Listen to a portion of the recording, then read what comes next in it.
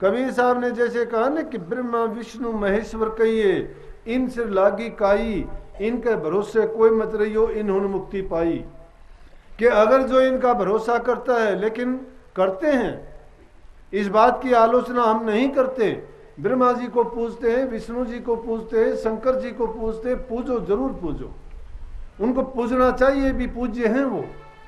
लेकिन अगर सही मायने में देखा जाए तो उनको मुक्ति नहीं मिली। क्यों नहीं मिली? कि ये मुक्ति का रास्ता सिर्फ इंसान की देह में ही मिल सकता है, इंसान ही वो करनी कर सकता है। और इंसान को करनी कौन करवाएगा? जब जिंदा गुरु मिल जाएगा। जिंदा गुरु पे तो यकीन नहीं करते हैं। क्यों नहीं करते हैं? कि वो गुरु हमारी तरह व्यवहार करता है, हमारी तरह बोलता है, हमारी तरह हंसता है, खाता है, पीता है। लेकिन इस बात को यूं नहीं समझते कि जो हमारे बीच में रहता है, हमारी भाषा बोलता है और उसी की भाषा में हमें समझाता है, अगर वो भाषा नहीं बोलता, हमारे बीच में नहीं रहता, हमें कोई रास्ता नहीं बताता, या कोई और दूसरी भाषा बोलते, हम कैसे समझते उसको कैसे समझते? चाहे वो खुद परमात्मा ही आके किसी भी भाषा में बोलता, नहीं समझते। परंतु गुरु आपकी ही भाषा में आपकी तरह रह के आपको इसीलिए बताता है, समझाता है। ये तो मेहर है, इसीलिए सत्य पुरुष के भेजे हुए संत यहाँ आते हैं। संत सभी वा घर से आवे, नाम भेद दे जीव चितावे, जो चेते तिस ले पहुंचावे, नाम भेद जो ले माने कहना, उसको फिर सुख दुख नहीं सहना। जो नाम का भेद लेके कहना मानता है, कहना मानने का है वचन का पालन करना। गुरु को क्या कहते हैं? गुरु को तो हम मानते नहीं हैं। जब तक तुम विश्वास नहीं करोगे, भक्ति हमेशा श्रद्धा, विश्वास और यकीन पर रुकी हुई है। जिस इसी नींव पर वो खड़ी होती है। जिसकी जितनी श्रद्धा दृढ़ होती है, उसकी भक्ति भी उतनी मुकम्मल, उतनी दृढ़ और उतनी पक्की होती जाती है। भक्ति का मतलब होता है उसी चीज में रच जाना, पच जाना, और उसी को अपने अंदर ऐसा ढाल लेना कि उसके अंदर दूसरा सवाल ही ना उठे।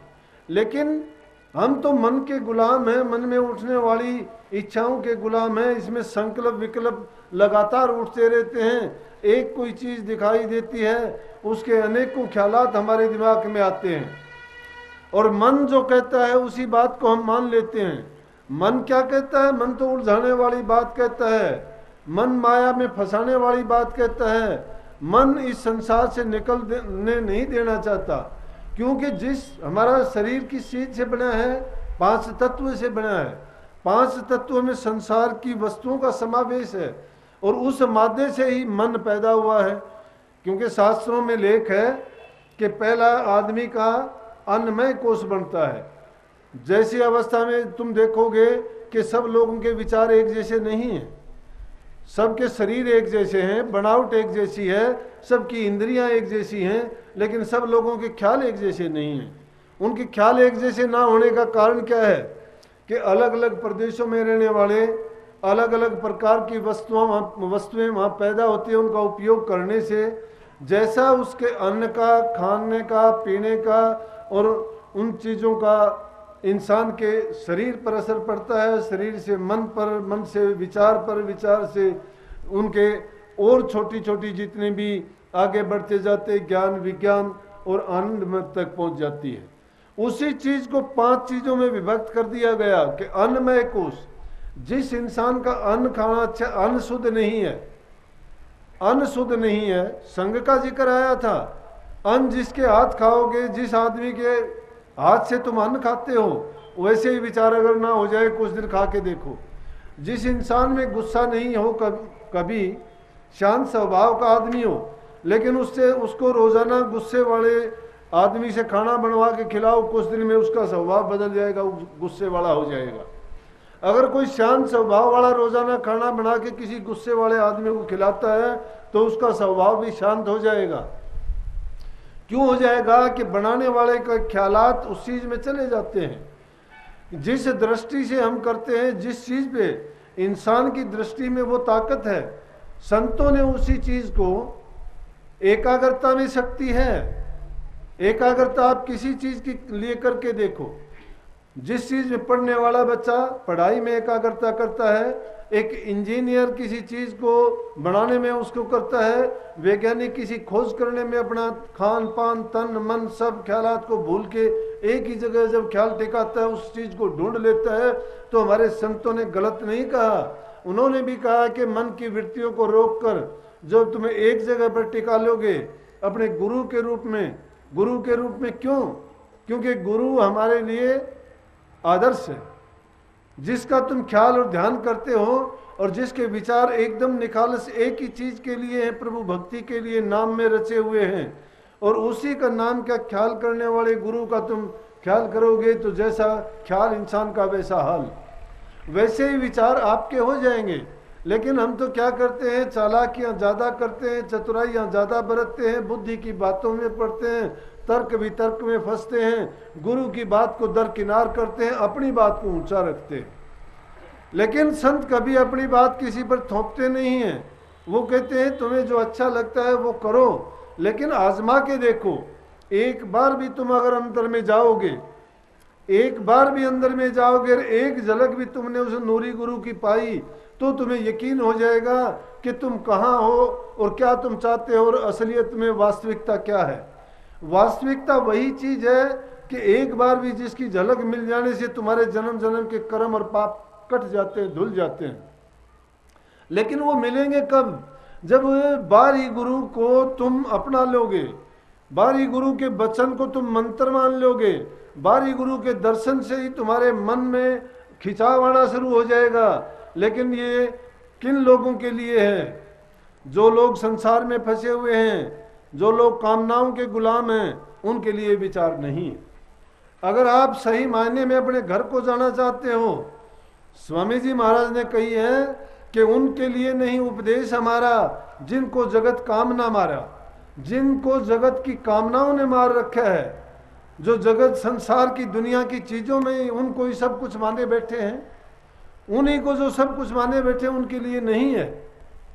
अब रही बात ये कि इस बात का ये अर्थ ना निकाल लेना कि संसार के सारे कामों को छोड़ के कि तुम साधु सन्यासी बन के और सब कुछ त्याग कर दो, ना कोई अपना लालन पालन करना संतान का, ना परिवार का, ना घर का। नहीं, घर में रहते हुए सभी चीज़ों का आपस में प्यार प्रेम का व्यवहार करो, घरों में बूढ़े बुजुर्ग की इज्जत कदर करो, सेवा करो, सबके साथ मीठा बोलो, अपनी हक हलाल की कमाई खाओ, कोई खोटा कर्म ना करो, किसी के प्रति बुरी भावना ना रखो, जितना दे सकते हो दूसरे को इज्जत और सम्मान दो।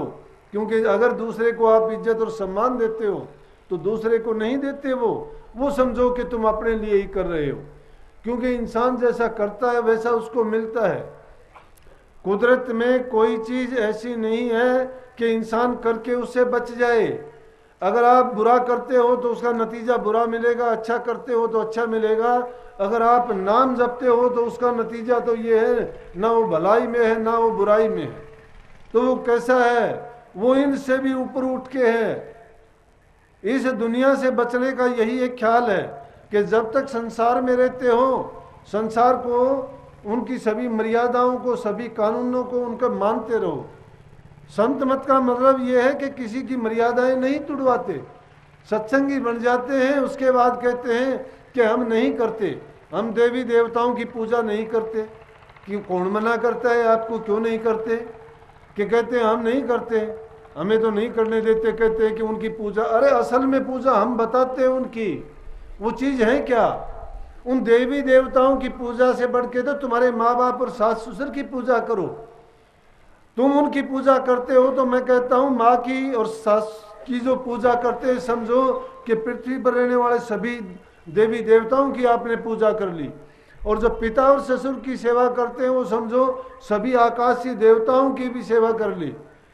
और अपने जो मर्यादाओं को और अपने अच्छे व्यवहार को ज़्यादा बढ़ावा देता है तो समझो कि वो इस संसार से वो काफ़ी ऊपर उठ के इस कीचड़ से, दलदल से बाहर निकल के परमात्मा की तरफ बढ़ना शुरू कर दे। ये धर्म है। जो इंसान इस धर्म को नहीं निभाता है तो सत्संग क्या खाक करेगा? गुरु सबको हमें ये सिखाता है, उसी का नाम सतगुरु है, जो हमारी बुरी आदतों को छुटा दे, बुरी वासनाओं का त्याग करवा दे। इसीलिए परमात्मा से दर्जा जिसका ऊंचा माना गया है वो प्रत्यक्ष रूप में आपके सामने होके हर चीज का गुण और दोष बता के आपको अच्छे मार्ग पर लगाता है, वो सतगुरु कहा जाता है।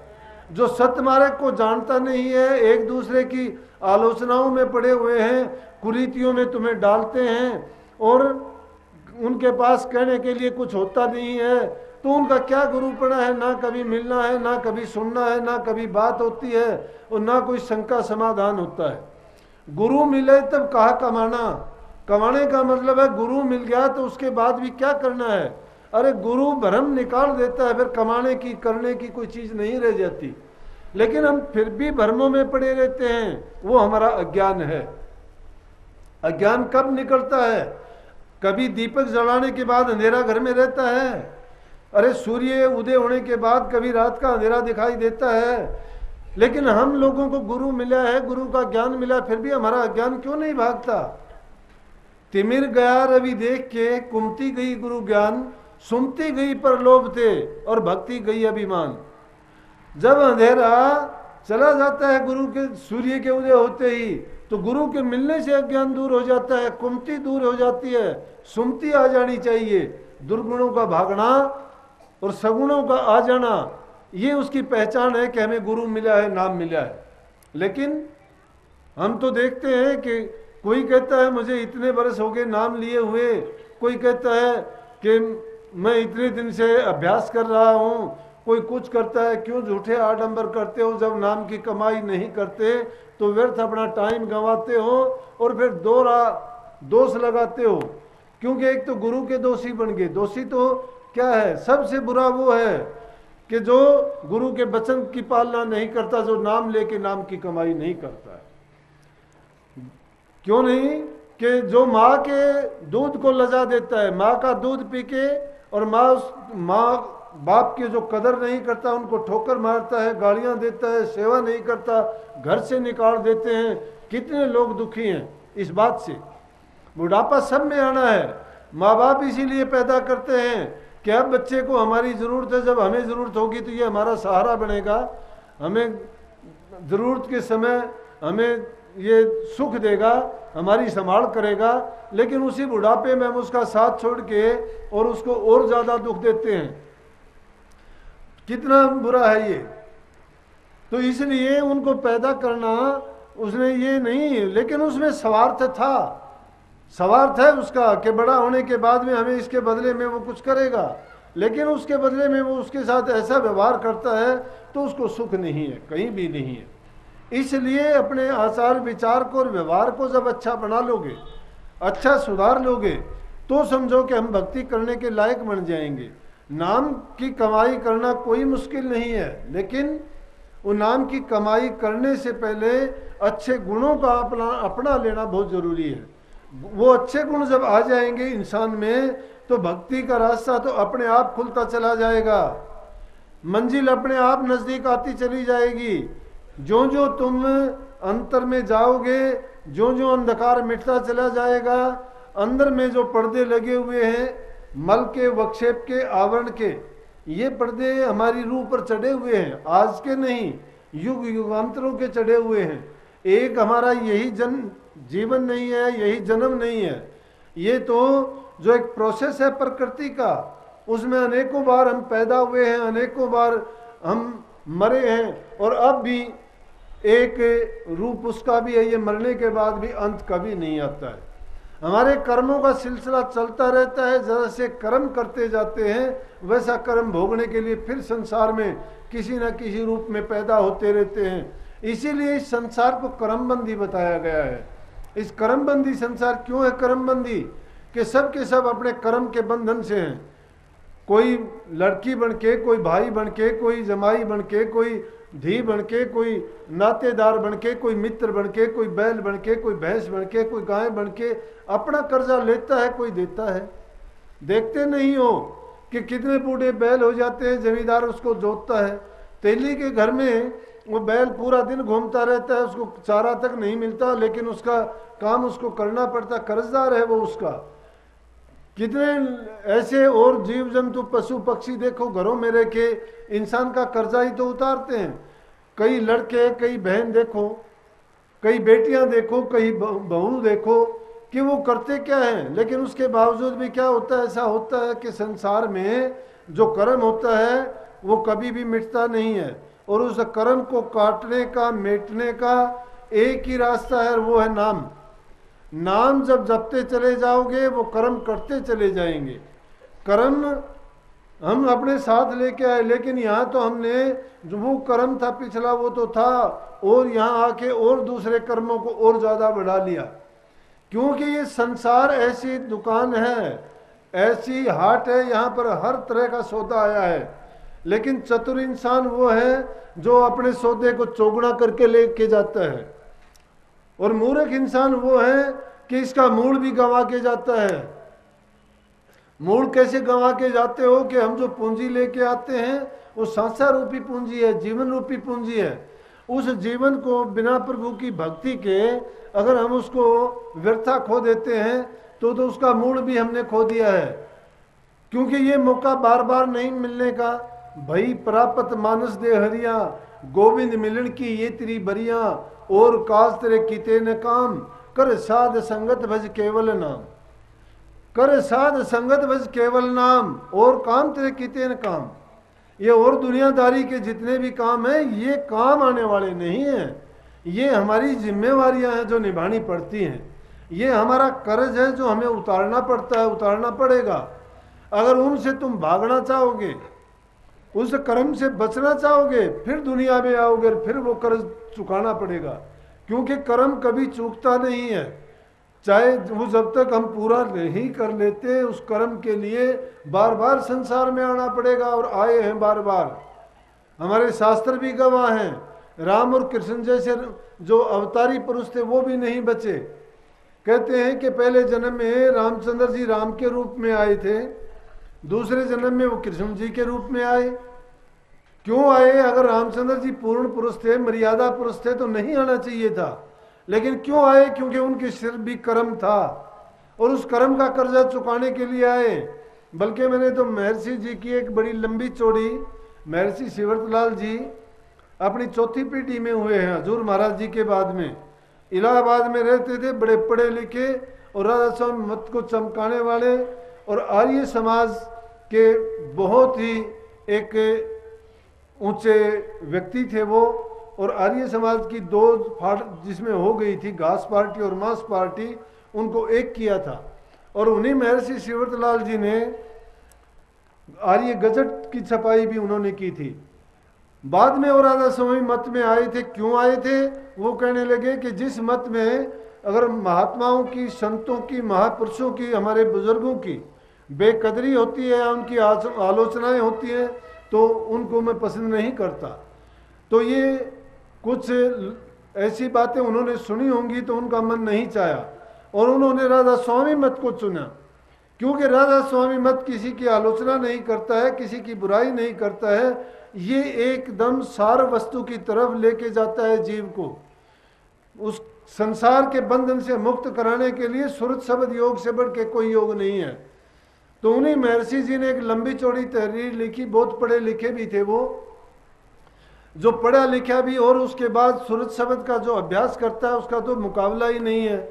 तो उन्होंने इसी संबंध में लिखी, मैं ज़्यादा लंबी चौड़ी तो नहीं कहूँगा, लेकिन उन्होंने क्या कहा कि नर भोगे बारंबार अवश्य फल कर्म किए का, ये सोच समझ चित्त धार भरम जग जन्म लिए का।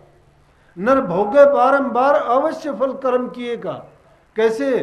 कहा कि प्रथम जो कहिए राम महाप्रभु पुरुषोत्तम मर्यादा, गुप्त घाट सरयू जल डूबे रामायण संवादा।